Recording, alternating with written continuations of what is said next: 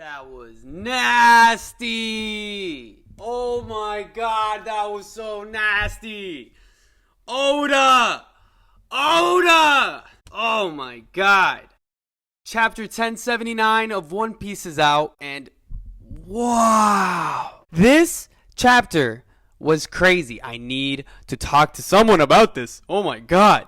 Oda has done Eustace Kid nasty, vile. Oh my god. Literally, let's just start from the top. All right, let me not get too ahead of myself here. So it seems that York has figured out that the world government is actually betraying her after they made a deal. We see York pretty much talking to all the Seraphim, and she's ordering them. And this is what happened hours ago, like before any of this ever happened. But she's ordering all of the Seraphim to pretty much just attack everybody now that she's realized that she's been betrayed by the government.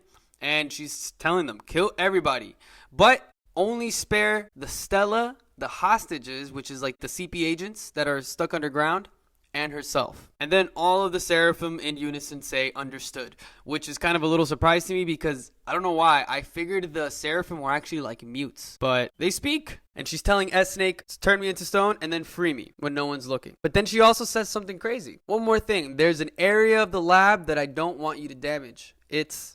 So there's an area in the lab that York doesn't want to be destroyed, and now we have to figure out what part that is. I have no idea what part of the lab she wants to save, but S-Snake is on her way to pretty much make sure that this lab or this area in the lab doesn't get destroyed. Then we get a little scene of everyone basically just running away frantically. All the people in Egghead are trying to get onto a ship to escape of Egghead because they know the impending doom is coming. And then we cut to a scene outside of Egghead. And guys, it's getting crazy. This is one of the craziest chapters ever. Outside of Egghead, we have the Blackbeard pirates showing up. We don't know, you know, it seems like just a Blackbeard ship because there's the flag, and it seems like there's like a little silhouette, but we can't really make out who it is or if it's even a person on the ship. I can't even tell. The Blackbeard ship is on its way to Egghead, but this is the craziest part. We finally got Shanks in this chapter. Oh my god, it's amazing. It's amazing how strong Shanks is. We cut to Warland Elbaf in the New World, and the Kid Pirates are pretty much arriving at Elbaf, or like on the outskirts, and then we get like an introduction to some of Shanks' fleet. Guys, we're in Endgame One Piece. We're finding things out now. We have Shanks' fleet. We have information on Shanks' fleet. So they show us Captain of the Puddle Pirates, Padded Toe Garotoni, Head of the Social Club Pirates, Gravetooth Fugar, Princess of the Bourgeois Pirates, Panicky Pururu. And they actually tell us in the story that Shanks' fleet is known to be incredibly weak, and that the only reason that they've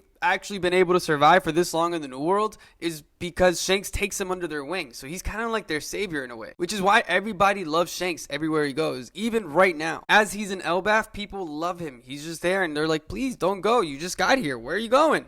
So after we get some information about his fleet, Shanks' crew is actually telling Shanks right now, like, oh, don't worry about the Kid Pirates, we'll take care of them. And Shanks is like, hey, don't underestimate these kids, you know, like, he's worth 3 billion berries, you know, like, don't underestimate him at all. These youngsters have definitely seen some growth since the last time we saw him. And then Shanks is even worried about if he's even had enough time to heal. So he asks Yasopp, like, hey, does he look okay to fight? And Yasopp confirms that because he's been scoping him out. He's like, yeah, he seems pretty lively. He seems like he's up for a fight. So Shanks is like, all right, let's get it. And then he asks someone in his crew about any news on Blackbeard, and they're like, nah, we haven't really even heard of him since he left his pirate island. They say, you know, I was sure he was gonna go show his face in Wano, but he never did. Then he starts doing a little reconnaissance on Eustace Kid, and then we cut to a scene of Kid just pretty much like looking at all the ships like, wow, there's so many faces I recognize from bounty posters. But in Eustace Kid style, he does not give a flying fuck. He's going in, guns blazing, and first thing he does is just bam, laser rifle. And he's saying, actually, he's like, I'm gonna blast them all down now that he's pulled out his little like laser rifle. And then we see Shanks using future sight. You know, normally people can see into the future for a couple seconds, but Shanks is able to look into the future for what seems like maybe a couple minutes. After looking into the future, he realizes that